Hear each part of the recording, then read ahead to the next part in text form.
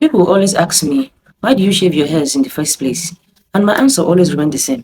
Social pressure made me do so. Hi, my name is Abala Jennifer Ifedima, also known as Isabella Michael or Phineas Anvel across social media platforms, and this is my entry video for the Face of Estabe 2026. I first noticed my facial hairs becoming more visible around 2012.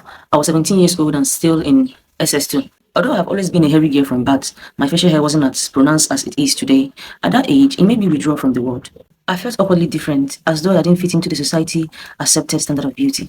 The first thing people notice when they look at me is my facial hairs. From teachers to classmates, lecturers, even strangers, it has always been a focus of attention.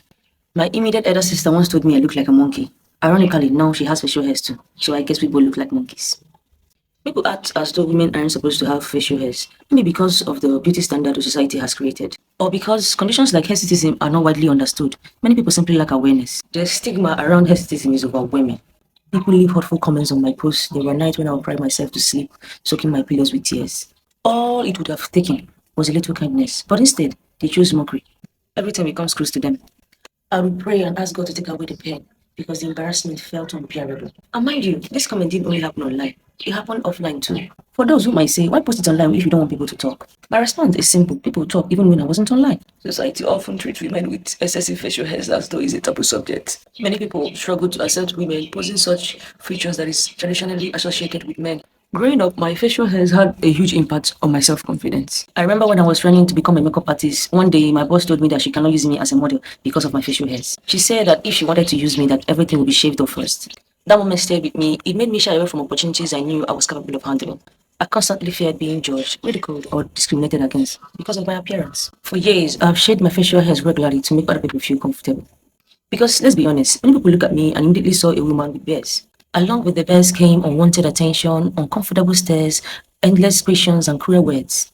Then one day, I decided enough was enough. I chose to grow my facial hairs regardless of what anyone has to say about it.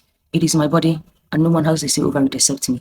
That decision gave birth to my favorite phrase: my body, my choice. Over the years, I've tried countless of methods to remove my facial hairs, from cream, powders, razors, and different hair removal products.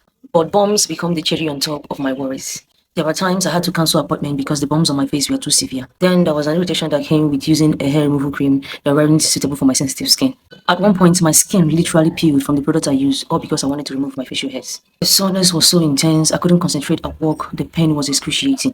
Whenever sweat touches my skin, it made it worse. Many times I sat down and I wonder what exactly had I done to deserve such trauma. But my story is not unique. There are many people living with conditions such as epilepsy, sickle cell disease, hirsutism, hormonal imbalance, and many others. This individual simply wants to live a normal life. They didn't choose these conditions, they didn't ask for them. What they need is acceptance. We need to stop treating people differently because of conditions they cannot control. We also need to stop acting socially awkward around them. They are human beings just like you and me. Sometimes things cannot be fixed, but they can be accepted, understood, and respected.